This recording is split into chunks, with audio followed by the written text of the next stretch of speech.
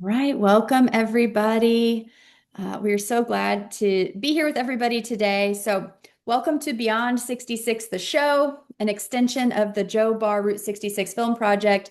Beyond 66 is a show about endurance, life after the finish line, setting your own limits as you age, and the making of a film about one extraordinary adventure. On June 2nd, 2026, Joe Barr, a 66-year-old Irish ultra endurance athlete, set out to do something no one had ever done before. Set a Guinness World Record cycling Route 66 nonstop from Santa Monica, California to Chicago, Illinois. 10 days plus and 6+ hours later, he arrived at Navy Pier just one day before his 67th birthday. The film is coming, and while we bring it to life, we want to take you behind the scenes into the making of this film, the story of what it took for Joe and the Bar Ultra team to pull this off, and what life looks like beyond the finish line. So, I'm one of your hosts, Leslie, the producer of the Joe Bar Route 66 film project, and otherwise an entrepreneur, an endurance athlete, and a self-proclaimed nomadic homebody. I'm also joined here today by our executive producer, Patrick O'Connor. Um, and he's an award-winning writer and director and also a cyclist. And Matt Wagner, who's a director and brand strategist for the Joe Barr Route 66 film project, creative director and award-winning designer and endurance athlete. And of course, we have Joe Barr here, and we're so glad to be here live with everybody. Each month, we'll do one pre-recorded episode with the filmmakers, and then we'll do one episode with either Joe, members of the Bar Ultra team, or other special guests. So today, what you can expect, and if you're just joining us, thank you so much for being here. But what you can expect today is a conversation about what life looks like for Joe after Route 66.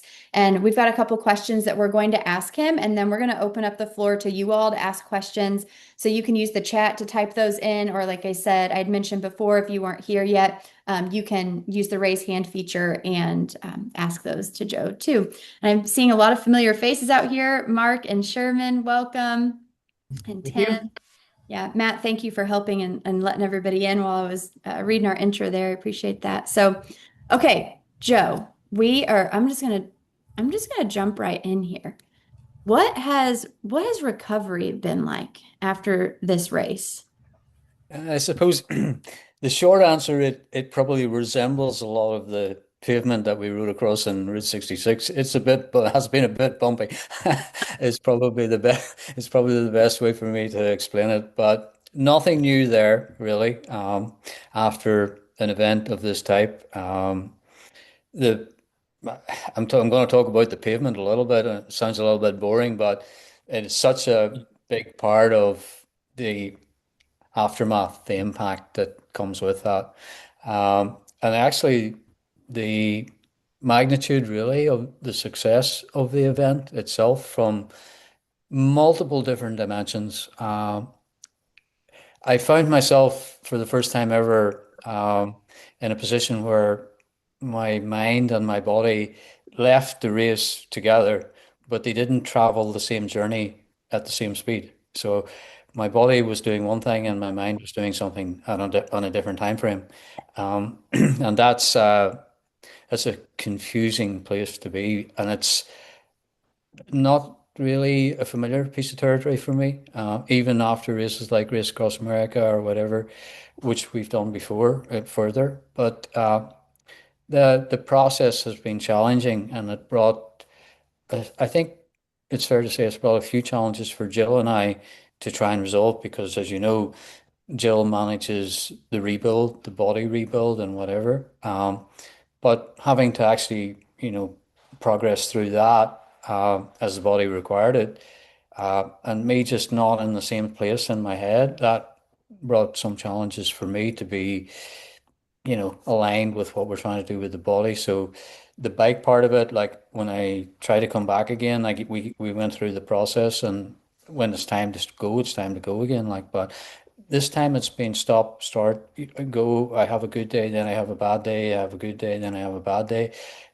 And I'm putting all that in context of is I really don't have bad days, so I'm not complaining. But in context of the recovery from, let's call it, the performance level, it's certainly been a challenging journey so far. Hmm. Yeah. Can I ask a follow-up there, Leslie? Of course. Oh, yeah. So, Joe, when you talk about the physical, what physically are you feeling? And I'll sort of back up a little bit. Watching Joe ride a bicycle for over 10 straight days, 20 hours a day, at pace, working, elevation, climbs, heat, the whole thing. The physical intensity was kind of astounding to watch. And Joe and I have talked about this a little bit before. You just can't just turn that thing off, that machine. No. So Joe, could you talk a little bit about what is happening to your body? And when you say, maybe it's not a great day, what does that mean? What are you feeling? Because it's just like it's not a light switch. No, I think that whenever I refer to it as not a good day, one day you can hold the pace that you've seen that I can hold. You've seen that in probably in two very different environments. Where when we won in Florida 500, you physically seen what that was, and then when we went to the Route 66, you seen what that was. You take that image of that continual speed output performance hour after hour after hour, and I think one of the things that you have to put into context for a lot of people, um, the output is almost something people can grapple with and sort of get their head around. But whenever you apply the likes of the extreme heat, up in the 120 bracket, in the desert, as you were there, you know what that is, and not really dropping off below mid 90s, R on R on R on R, there became, and it didn't. I've been in races where it's been like that for a few days, but this was a race where it was like this every day, start to finish, Mhm. as you experienced. The the body goes through a much greater load, and a much greater requirement of recovery because it's been completely depleted, not just from the physical aspect, but it has been suppressed with extreme heat for such a long time. And that to me has a bigger toll almost than if you were riding in 70 degrees all the time. It doesn't have the same impact. So the impact, first of all, is much greater. Um, but Route 66 is one of the most special races I have ever rode because it has brought so many new dimensions to the concept of what we do every year, every week, every month. It's just brought a new concept to that. And because we were so invested mentally, especially me, anyhow, I was so invested mentally and from the physical aspect, the mental application to understand what this road was going to ask of me when I went to it. And I, I went there with what I felt was the best preparation that I could have arrived there with. Um, so you can't be invested in your mind to that level in the detail of what you're trying to deliver. Because we've spoke about it before, the job of the race is to dismantle me systematically, start to finish. And my job is to defend that systematically, start to finish. So it's almost like having two guys slug it out in a ring. And that's really how I view it. I try to bring myself to the race where I have a relationship with the race.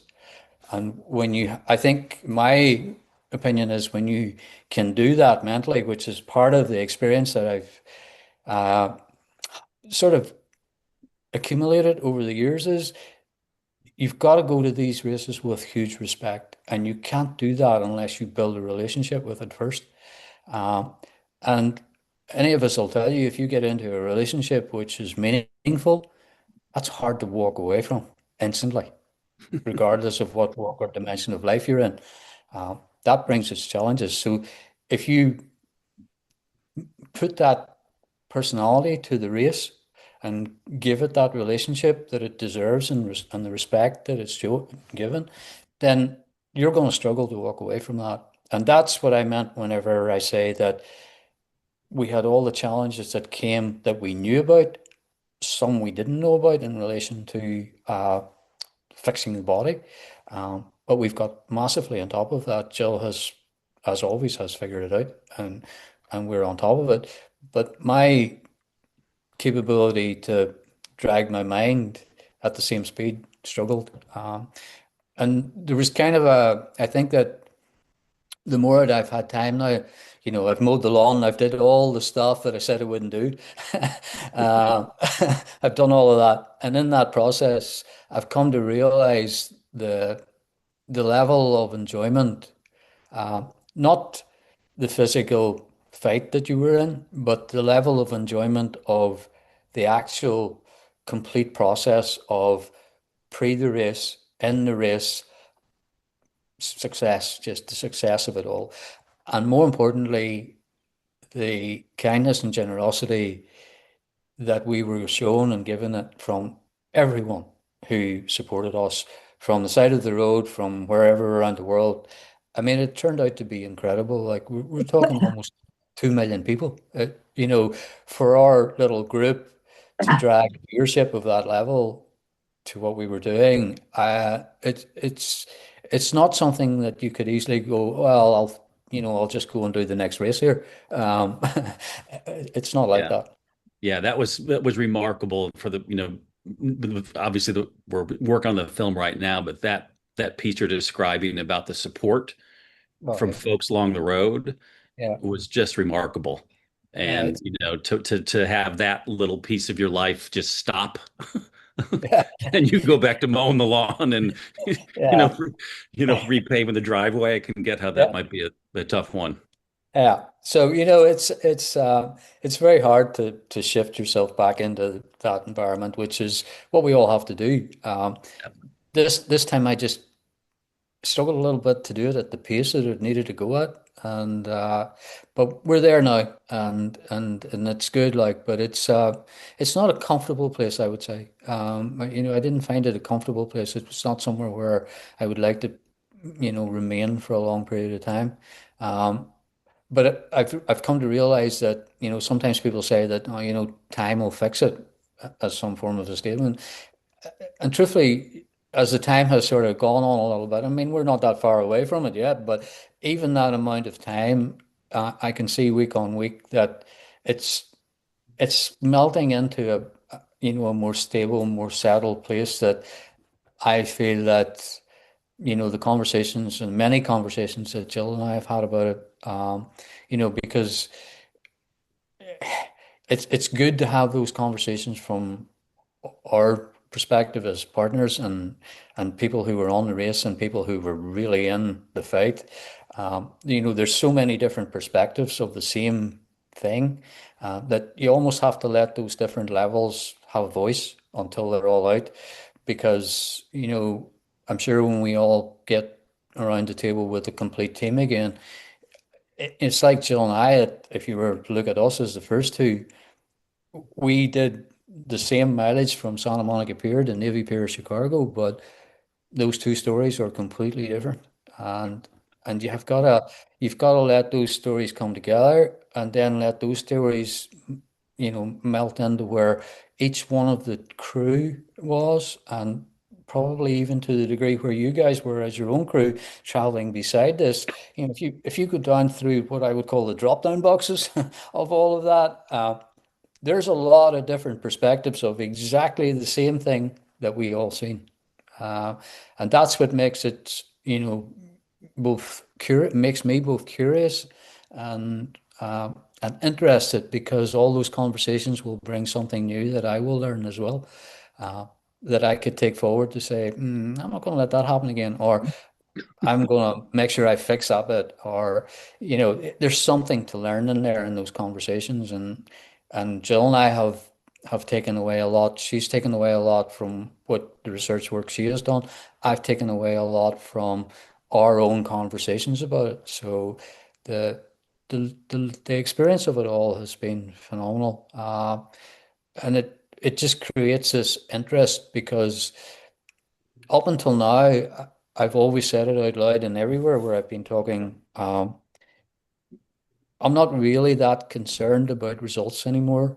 I'm more concerned about my personal performance. I'm more concerned about, am I better than I was yesterday? Um, And can I be better tomorrow than I was today if I get the chance to do tomorrow?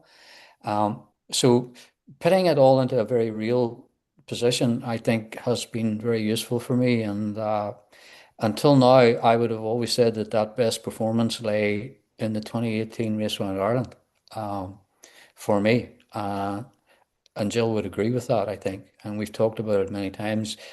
It was a race over 1,500 miles that I did not make any mistakes from a performance point of view, both the preparation, the delivery, everything was correct. But this one, for whatever reason, because the challenges was so much greater, the distance was almost double, and the intensity of heat, storm, all the stuff, all the variables was so much greater. I'm certainly putting that now in the pole position of my best performances ever in ultra distance, anyhow. Yeah, that's incredible. And thank you for sharing all of this, Joe. And something that you said in there is actually a great segue to our one of the other questions that we had for you. And it's about, you're talking about everybody's perspective being different, Mm. um, during the race. And, something that we were curious to hear about from you, like as the dust continues to settle, when you think back on your experience racing Route 66, what are some of the most memorable moments that come to mind for you this far out? I remember quite a lot of them actually because you know, I think I had said it as well after the race. There was probably about 2 days, maybe 2 days and a half into the race. When we set off, I was always a little bit nervous. I mean, I don't think you would say to anyone you're going to ride through Los Angeles and you wouldn't be nervous about that. You can't drive through Los Angeles without being nervous Uh, about it. and I have a lot of self-belief in my bike handling skills, like, but even at that, I was always nervous about that particular part. But truthfully, it wasn't anything like what I thought it was going to be. And I had obviously I have raced through Miami in the nighttime, so I know what riding through a city like that is really like. But truthfully, I felt that when we left Santa Monica and we rode through the LA, it didn't even resemble as difficult as Miami, if I was being truthful. It was very straightforward, and I felt myself from a race point of view comfortable at that point. I went, okay, I can do this. I can this is okay for me. I can manage it, and I got the flow of the traffic and the flow of how it was all going, and it was all good. But prior to the race, we had made, when I say we, Jill and I had made huge amount of changes the year previous to my preparation, my complete nutritional package that we had used right up until the end of last year. Well, when I say the end of last year, back up until about August. And in August we changed, and then I did a lot of training in Spain in the winter period right through. And we were a little bit unsure if those changes were actually going to deliver what we felt we really needed and what I felt that I really needed to bring to the fight. And I felt that I needed to bring a bigger fight than I had last year. I really do believe that. Um, and we did all those changes. We went to the race, we went through LA, we did all of that. But truthfully, for the first couple of days, I wasn't really feeling from the performance point of view that it was coming easy. I had to fight a little bit with it. And it started to play a little bit in my head because as you know, we had tested it in the race, the 500 race in Florida. And I mean, I was super good there. I was super good. I, I could have probably won by more time if I had really wanted to, but it was enough to tell me that we were on track. But when we started in LA, it was like it was off the boil a little bit. And I had done another camp between Florida and coming to the start of the race. And then obviously I was in North Carolina and we were doing some up altitude, and we were lucky because the weather had also changed. It was in the 90s in North Carolina before we even started to move west. So I think coming out of LA, my head, there was like a noise in the back of my head saying, have you overcooked it here? Have you just done a little bit too much before? So I felt and I think I said it out loud during the race. I felt I was on the ropes a little bit because it wasn't flowing. I was having to force it, and I was having to force it too early to hold the pace. But like we were on the pace, like because every checkpoint mark would go, we're bang on, we're 10 ahead, or 10 minutes ahead, or we're 20 minutes ahead, or we're right on the time. It was like it was going, but I was having to work at it to make it happen. And that upsets your head because when the thought enters that maybe you've just missed the window of heading to the peak, then you think, what's this going to do? So there's a negative spiral starts in your brain and your mind, and I know what it is, and I know that you've got to have the inner dialogue, the inner conversation, to try and turn that around. And I think then what happened was I started to realize what was happening on the exterior of the race with the public and with the race itself. The it was like Route 66 came alive. It was like Yeah. it just came alive. And I decided to try and just settle down and become part of whatever that was and allow myself, it's something I practice all the time. Jill always said to me, think about it differently. So if you think about something a different way, the something that you're talking about becomes something different. Mhm. And that's really that's what I applied to that particular situation. I just started to think about it as enjoy what's coming from the outside and let what's happening on the inside just make its way. So it was like getting carried along a little bit by Mhm. let's call it I'm going to use the word crowds for the purposes of trying to demonstrate it. It felt uplifting when you were the rider trying to do it, and in the fight, it felt uplifting. And it's hard to, put that into words, but all of a sudden, I could feel myself changing. I could feel it coming. I've been on that pathway so many times before in so many different races. I know when it's coming, and I know when it's not going to come. And You when know, I felt it, Joe, there's this interesting thing here. You were just talking about how different perspectives of the race, everyone has their own sort of version of it. yes. I'm really interested. I can't wait for you to see the version that everybody else saw that you didn't see while you were riding your bike. Yeah, well, Because a lot of what you're talking about, Jill talks about on camera when we were talking to her when you were riding. yeah, There's a particular moment she talks about the effect, and I think she refers to this being common amongst performers or athletes when you start to see yourself through the eyes of the people who were cheering you on. correct. And it's this moment where and we all felt it watching. We would come across, folks on the side of the road who'd been waiting there for an hour because they were following your dot, Yeah, and then you come whizzing by and they all cheer and you acknowledge them, and that you can just tell how that feeds you. But it was interesting the way Jill put it. It's a way for you to see yourself through their eyes, correct. which I think And is a really important thing and a yeah, reason to cheer people on in life.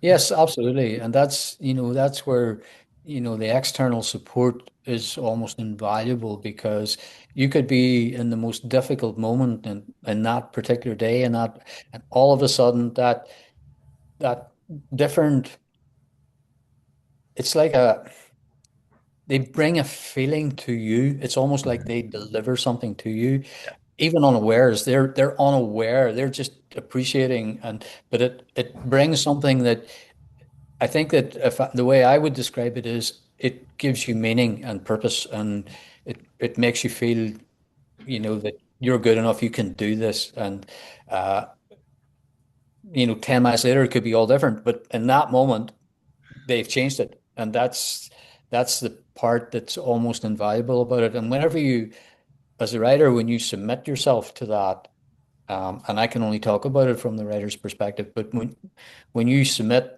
to accepting that as part of the journey you're traveling on, and you're almost waiting on the next one coming, but it's a distraction as well. It distracts you away from like what I call the rabbit hole of I can't, or this is too hard, or, all that inner dialogue that no one sees, but the inner dialogue that's continually churning over in your head. Because ultimately you're looking at the dashboard and you're going, it's not 22 mile an hour, so I need to get it back up here. You're continually on this task that will not go away. So everything that's happening on the outside, can be a distraction, a help, a focus, or whatever. But the core chore for you is to keep it moving at 22 miles an hour, or whatever it is. And there's times that's really difficult to do. I know sometimes from the outside it looks like you're just pedaling along and it's, like you're out doing the grocery shop or whatever, but it's really not like that. Joe, I never once thought that for a second. Yeah. So Not it's one, not 1 second in 10.5 days did there was that times cross I my felt like mind. that. There was times I felt like that, truthfully. uh, but we refer to it as pedaling squares, and it did feel like there was times I was pedaling square, like. But that's the fight that you're in, and that's the piece that changed, and about probably day three and a half, four. I actually knew I could feel myself getting stronger and stronger and stronger. And I knew then that it was just the first 2 days of, the travel across and the training camp and all of that stuff, all those small pieces all accumulated, that it was just a lot of, like, as you know, in the base camp out in San Bernardino when we were there, like, it was a busy environment getting ready for a big race, and there's a lot of stuff going on. And it's very easy to get fatigued there. So the first few days, I was definitely a little bit, I call it rusty around the edges, but once it freed out and it got going, Mhm. then I could feel it. And going back to my mainstream days, it was one of the big strengths I had, that going in a 2 week race or whatever, I was always getting stronger. And that's a lot to do with the nutrition and the recovery process. Mhm. And and obviously, as you're aware, you know, Jill misses very little. And when she's on your case and in your corner for you, you don't have to look over your shoulder. You know it's getting fixed.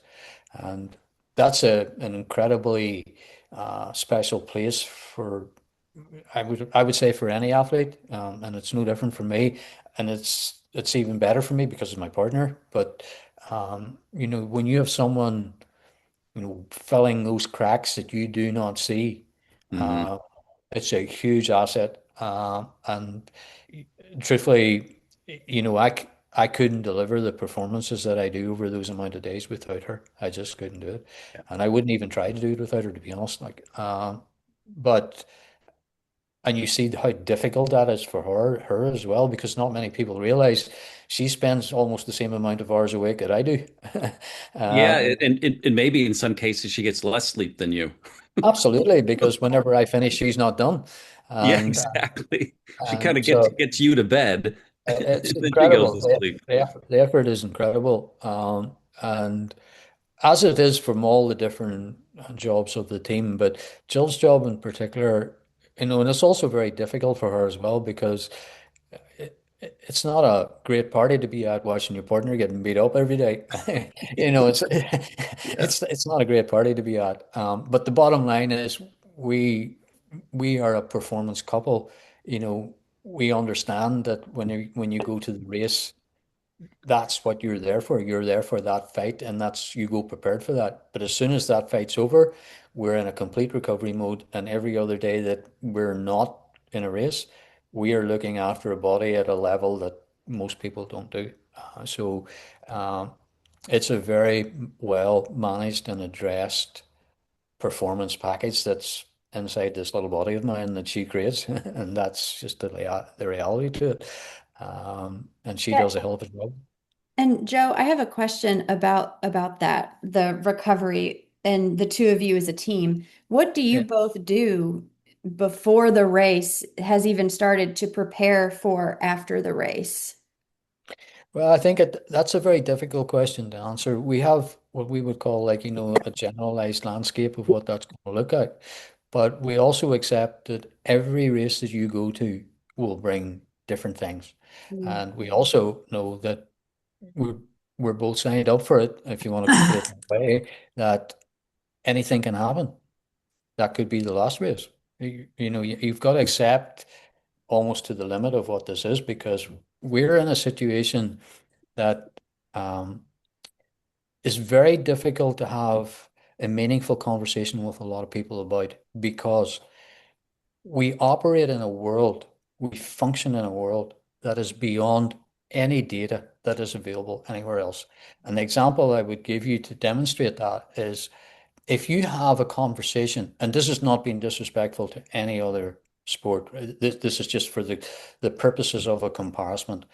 If you had a conversation with someone about completing an Ironman, right, which is a big event, a huge challenge for most people, um, that's the first half day of the first day of 10 days the same that we are doing. So effectively, if I said do two Ironmans in one day, um, there still isn't a comparison. So to have a conversation with somebody to say, this is what this looks like in day 11, uh, day 11, you've seen what it was like because we were walking around that hotel in Illinois.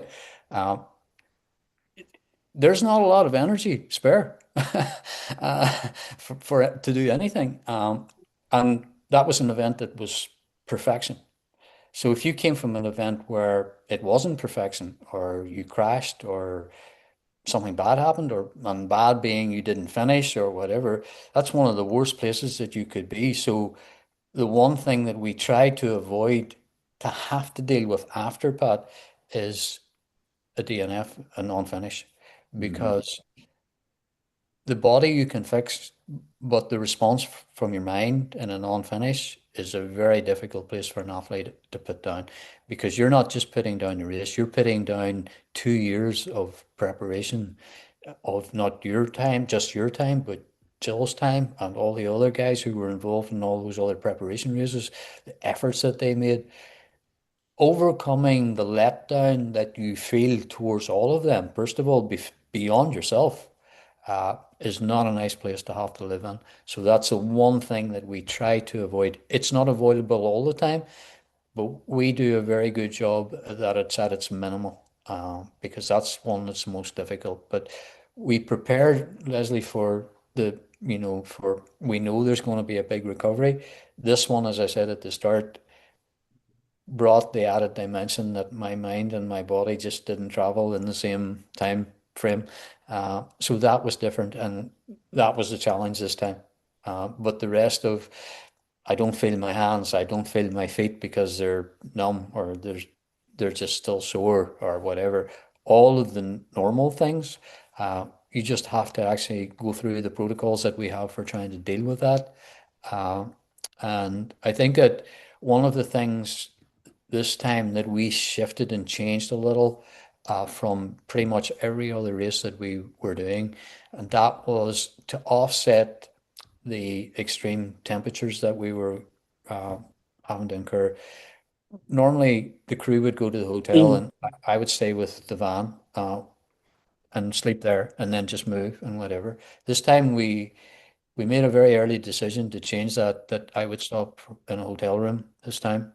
So my stop brought three pieces of recovery that really helped that race. One, which was to get the temperature back down under control again, where you could sleep, because in the van it's still too hot. You run the aircon, you got to run the van, then it's too noisy and you can't sleep properly. We took away a lot of the little things that made a difference. So the stops became really productive. We did the recovery. As you know, we had a super physio in Alex, and I mean, he did an incredible job with me every time we stopped. We knew exactly what we needed to do. It was totally choreographed, uh, and Jill did what she needed to do, and then we got a proper sleep, and then we were able to go out. And the one thing that came from that was I was able to, within probably 2 miles of setting off after each stop, I could go straight back to the race speed that was required. I didn't have to fight with it for hours to get it to come back.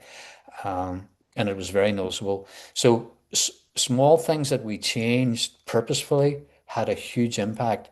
And that has also an impact on what happens after. So the effects of numb hands, numb feet, and things like that didn't have the same length of time attached than I've had previously because I've had, normally on the first day after a big race like that, you can't even cut your food with a knife because you can't hold the knife. Your hand can't do it. This time it wasn't like that. And so there was a lot of things I think that we really, really got on top of. So it takes me back to being able to say truthfully that the performance was perfection. It really was. And it's easy to blow your own trumpet, but the truth is, if I was looking through that performance from a coaching I would be saying that is just textbook everything. Mm. Uh, so it's a credit to the team, like because they missed nothing. All those choreographed pieces that needed to happen, even the stuff with the cooling as we were moving, we took more small stops to keep the core temperature in check. Uh, I always loved one of the images that you guys shot uh, was Jill and I sitting under this one tree. It was somewhere in Texas that we found on the way to Amarillo, and we were just sitting there in boiling heat, like it was like 105 degrees or something, and just with an ice towel, trying to just bring the temperature back in so that we could go again.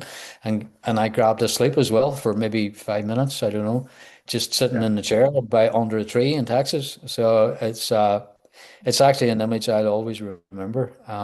And going back to one of the questions there that you had asked Leslie around, things that I remember from the race. And I think there was probably two or three really special things like that happened by chance uh, that you can't just ever forget. When we were in Navajo, you guys shot it with the wild horses that were running on the road with us.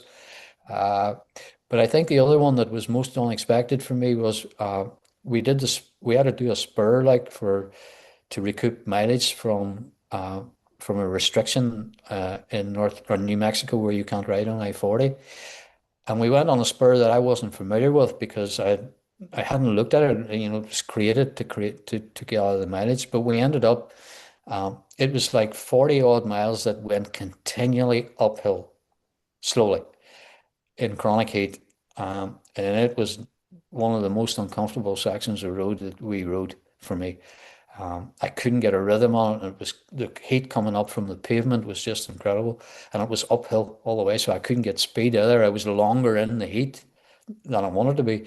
But when we got to the top, we had to do another little bit, and it went through a place called Vaughan, and we came to a crossroads, which was the crossroads where the four corners of New Mexico came together, which is something I learned afterwards on the return leg because I seen the sign that said it. But it's the area of the soaring eagles, and it was just beautiful. So on the descent on the way back down into Santa Rosa, I just took the big sky and just took it all in. It was an incredible spot, and I didn't know we were going to be there. So it was a great surprise, if you know what I mean. And I love that as well. It's like the And road I think coming alive, like you talked about. yeah, it was beautiful. It was beautiful. It was one of those things you have to be in that moment to just relive it. And I can because I have such a clear picture of it. It was beautiful, big sky and just a very distinctive place, like because I didn't realize that there was such a place. I didn't know there was such a place as the Four Corners of Mexico or New Mexico that came together. Uh, And so coming back from that downhill, I really enjoyed the downhill all the way back to Santa Rosa and just really taken in the sky. And I think the other one was, and I'm not sure you guys were there for it, but we stopped in Missouri after we left Joplin, and we stopped at a store from that was owned by a Amish family, and it was the most incredible stop I've ever. The store was incredible, and we just stopped to get coffee. And it ended up we were there for I don't know 40 minutes or something signing stuff and just there was like it started off with three people the owner and by the time we finished there was like 40 people all there in the store and signing and stuff. It was just an incredible and it was just I was part of a completely different understanding of life for 45 minutes and it was beautiful. It was lovely. So those were the kind of things that happened. And again, um, those are brought. by the people or the Hmm. environment or they were brought to you. So rather than, concentrate on the 22 mile an hour, I was taking in a lot of that stuff, and it transformed for me what the race really was. Yeah, that's incredible. And I love hearing about it, that at this point past the race and just, reliving it with you as well and sharing it with everyone here. I know I want to make sure we get to any questions that anyone else may have. So, Pat, did you have any other questions before we open it up for anyone that's here to ask? No, no, no questions, just observations. This conversation's making me very excited about Joe seeing seeing more of the film that he's in. Yeah, yeah, I was thinking It's that just too. these things you're talking about are they're, they're part of what we shot, and it's going to be really interesting to see your perspective on what we saw. yeah. And I'm sure I've missed a lot of stuff as well, but You uh, were busy riding a bike. yeah, well, yeah, I missed a lot of the stuff, especially when we were on the hard shoulder of I-40. I was very focused about staying upright, and obviously you guys helped me dodge some snakes and stuff like that. So it was, that particular part was from a riding perspective. Racing on I-40 needs huge concentration, and luckily for me, I had that level of concentration continually while we were there. Certainly an experience, for sure. So, but that was really the only place that I had to apply absolutely 100% concentration to not crash because it was so easy. There was, I actually spoke with Mark about it because I had to apologize to him because he actually hit it with the van. There was a huge section of the actual hard shoulder on the very last night that was the full width of the bike open, and it was about 6 foot deep. And I just managed at the last moment, the way the lights shot across it, I seen it, the gap, and I had to bunny hop the bike across it, and I thought the back wheel was going to drop down and drag me back into it. So the van was coming pretty close behind. Uh, but luckily I got across, but Mark didn't have time, and the van went down into it, and he just managed. I think when he seen me bunny hopping it, he moved left, and it was just enough where it fell in just on the edge, and it kept driving on out too. So I was very grateful to get away with that, because that would have been race over, and I would not like to think where I was going to be. Like it wouldn't have been a good place. So you need 100% concentration on I-40. You just do. So Yeah. Yeah, I remember hearing about that experience where you had to bunny hop and yeah, that is wild. And the road was with you for sure. uh, Okay, so if anybody has questions, if you want to use the raise hand feature, if you'd like to come off of mute or come on camera and ask Joe, or if you'd like to use the chat, you can put those in there, and we can get to those as well. So I know this, Joe, I'm really excited because our next conversation is about support. And I feel like we'll never be able to talk about what happened during that race without touching on support in some way because it was such a, powerful part of the race. And yeah. um, yeah. Sorry, Leslie, I can't find Oh, the raise hand oh button, yeah. but I'm Is still that, here. That's Mark. oh, Uh, I thought that was a familiar Well, voice. let's tell people who Mark is. Mark's the Mark, guy who's not on camera because he's on the trainer. we Uh, saw you with your shirt off briefly before you turned your camera off. yeah, it's not pretty. You don't want to see it. Uh, um, so the Well, question is, well, wait a uh, minute, wait a minute. Let's tell people who Mark Poland is. Mark Poland was the crew chief who was responsible for coming up with the route and basically managing the entire logistical element of the whole thing. He's also a world record endurance cyclist himself. So he's got years and years of experience in this thing. So, what's your question, Mark? hold on a second, let's see if we can do this. There we go. There he is.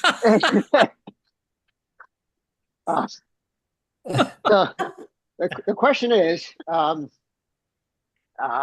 the way, there were, I don't know, maybe a half a dozen or so folks who were obviously following, but also chose to come out and ride from a block to whatever quarter mile.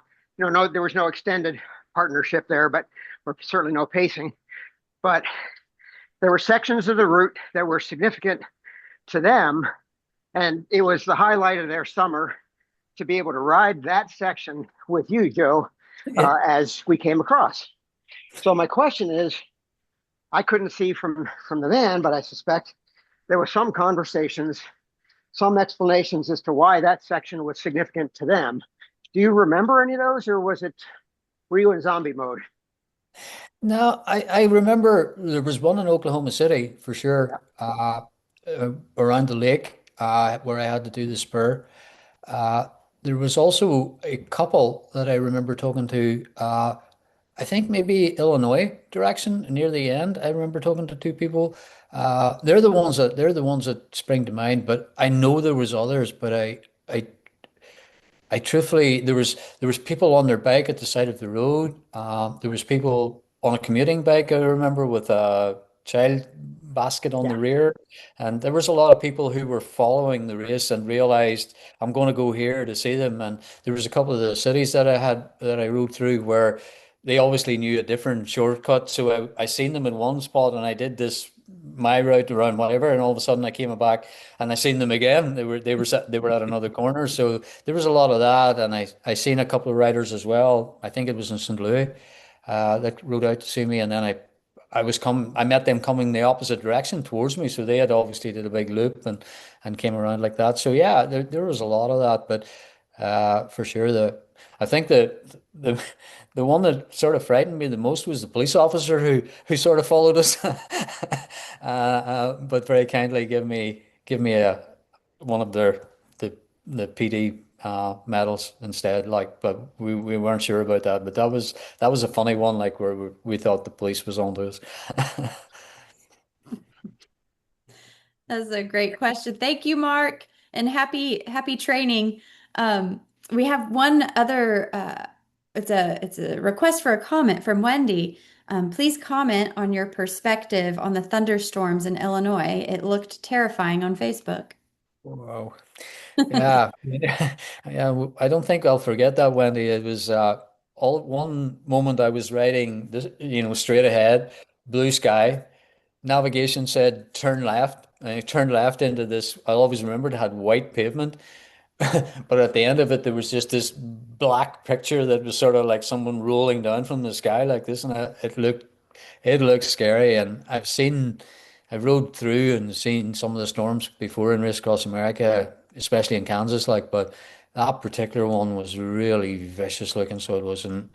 Uh, I could feel the temperature just changed, and all of a sudden you could feel the air really damp, and within such a short space, the wind got strong, and then within 15 seconds, it was just completely full force, Yeah. to the point where we literally blew the bike. I thought it was going to go in the cornfield, and we had to just scramble everything inside the van, close it up.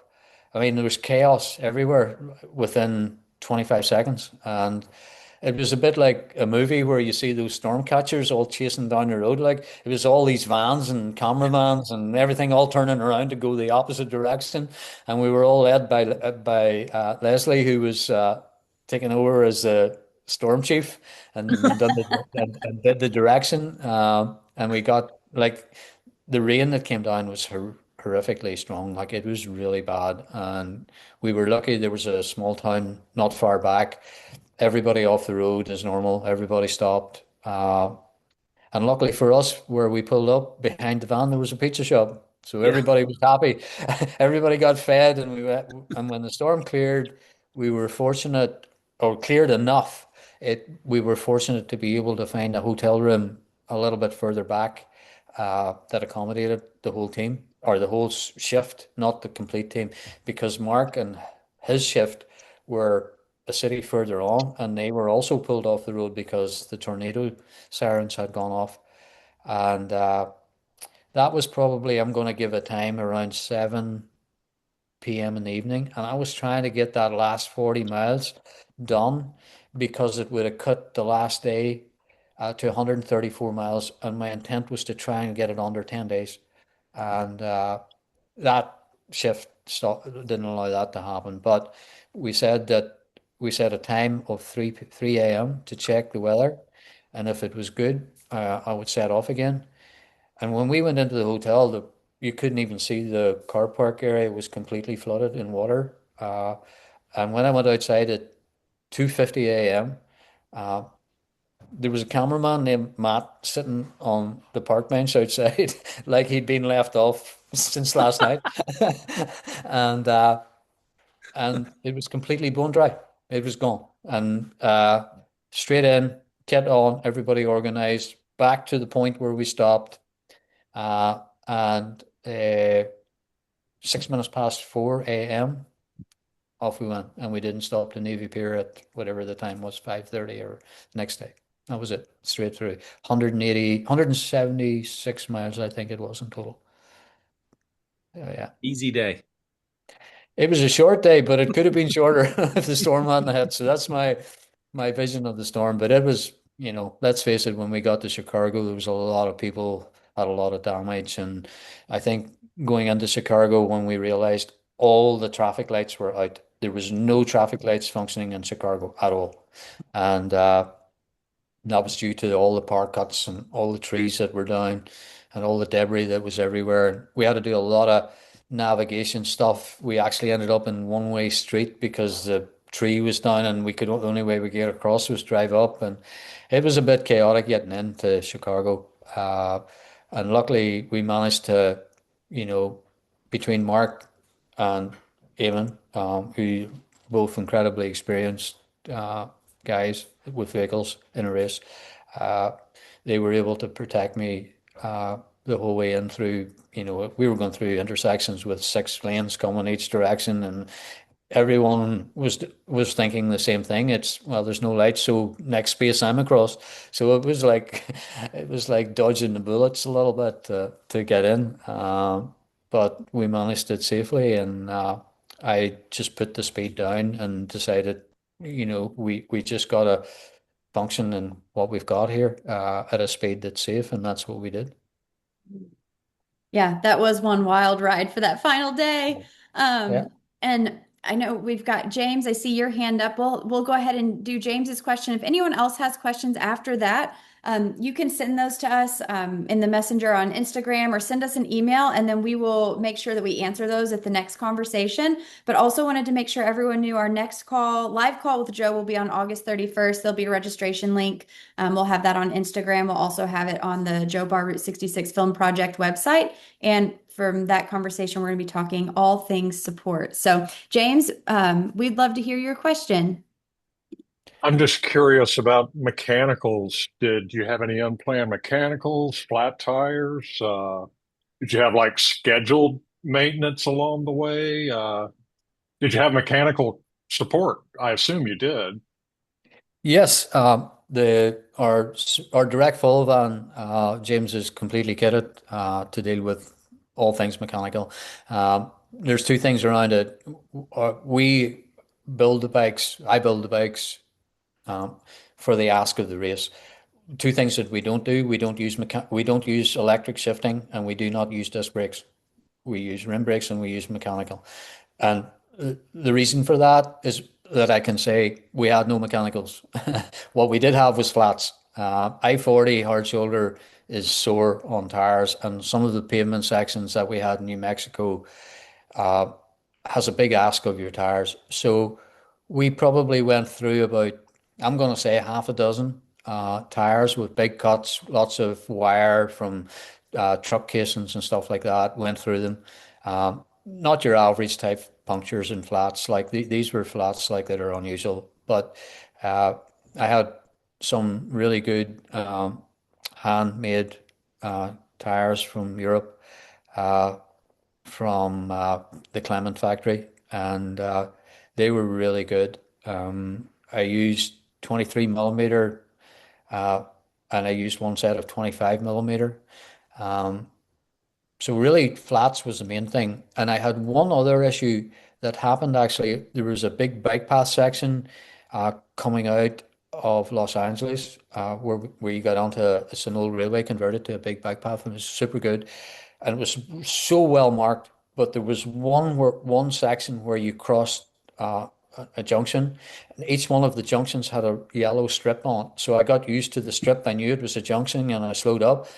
There was one, for whatever reason, didn't have a yellow strip on it, but it also had a huge water gully in it, and the front wheel went down into the gully. Uh, it didn't even damage the wheel, but it took the insert out of the fork column, uh, and I couldn't get it to tighten down. I had to I had to borrow an Allen key on the bike path to try and tighten it down. Something we've repaired afterwards, like after the race, like, but that was a big impact. The stem came up and almost hit me onto the chin, so it was a big one. I thought I was going to crash there Oh, actually, but wow. it didn't happen. So that, if you want to call that a crash stroke of mechanical, you can, but from true Yeah, mechanicals, I no. can imagine the road surfaces were probably pretty bad, especially in the sun-baked region you went through. Yeah. Um, so New you probably, Mexico, was probably New Mexico and Arizona. Uh, the first half of all of New Mexico and the first half of Arizona is very, very difficult. And there was most of the rest of the stuff was all pretty good, really. I used one set of tires actually. I actually used a cyclocross bike on the big climb from Needles that crosses over into Kingman in Arizona. Um, and I actually used a gravel, it looks like a gravel tire, but it's a cyclocross tire. It's a tubular stick on. We used those on that section, so we did. And I also used the rear of that rear on some of the I-40 sections because it was so bad. Uh, yeah. but that's debris. That wasn't pavement. That was just debris everywhere. So Okay, glass, lots of glass and lots of wire. very good, very good. And I'm just curious about your nutrition and hydration. How do you stay ahead of it? It's just, and not be in a deficit most of the time. Well, I think that that's just a lot of experience where we have a very good understanding of input and output for me as a writer. Jill has it totally dialed in. We do a lot of testing with the product that we use. We don't shift products. We try to work with the product that we've got, and we're very lucky that one of the company that we work with are they make super products, and we have really developed a package of the three of their products that really do work for us, work for me as a writer. I don't ever have gut issues at all. And even with those temperatures, like, we were able to manage the hydration as everybody's seen. Like, I never really had a dehydrated issue. Uh, Managing core temperature is always a struggle, and I don't think that. I think Jill would agree with me. Like, there's no such thing really as nutrition in a race. The nutrition is before and after the race. In the race, it's just fuel. It's just calories in, but calories in at a level that you're not clogging the system. So almost running a little bit leaner on the intake is always a better policy. But that's also measured, and we were using a lot of crushed ice for chilling the inside. So we were focused on cooling the core from the inside and not from the outside. Steve, Fascinating. Well, Steve, yes. we could make a whole separate film about the nutrition element of And this. I assume that that will be Yeah, part of it's the good discussion in your documentary. for sure. Jill Which, does Jill's approach to nutrition is absolutely fascinating. well, And the way she, manages all of these elements that are working to the term that Joe uses a lot is to dismantle him as a writer.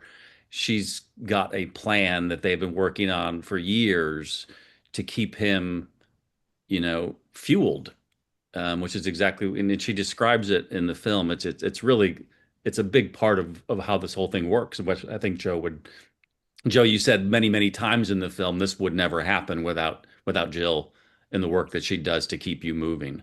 Oh, that's an absolute truth. Yeah. I'm the first person to support that. I really am. I think that, you know, in my opinion, she brings 70% of what the package is, and my job then is to deliver it. Um, and a lot of my work is long before the race. My job is to show up prepared.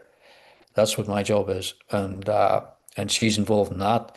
Then when we get to the race, she keeps what I've showed up with working, and and and and in most cases, she can actually have me probably working better closer to the end of the race than I am at the start, and that was always in this race as well. Uh, Sometimes we get it wrong. We don't get it right all the time. You can't learn because if you, to me, you have to keep pushing and trying different things. And when you tap out at one thing, then our instinct is to say, let's adjust or try something else and see can we push that a little bit further. But in that process, it may come back and bite you and say, that didn't work, sorry. But that can cost you. That could cost you a race. Uh, so we're pretty measured about how we go about that. But 70-30, I think, is a fair position for Joe. Like in that in the question of nutrition, there's no doubt. Nutrition, like a human body has limitations, and if you show up with it with a certain capability, the task of Jill is to keep that capability functional at its maximal level, start through finish. Uh, that's the performance. That's what performance nutrition is. But in the race, it's not nutrition. It's just fuel. That's all it is. Doesn't matter what it's created from. It's fuel.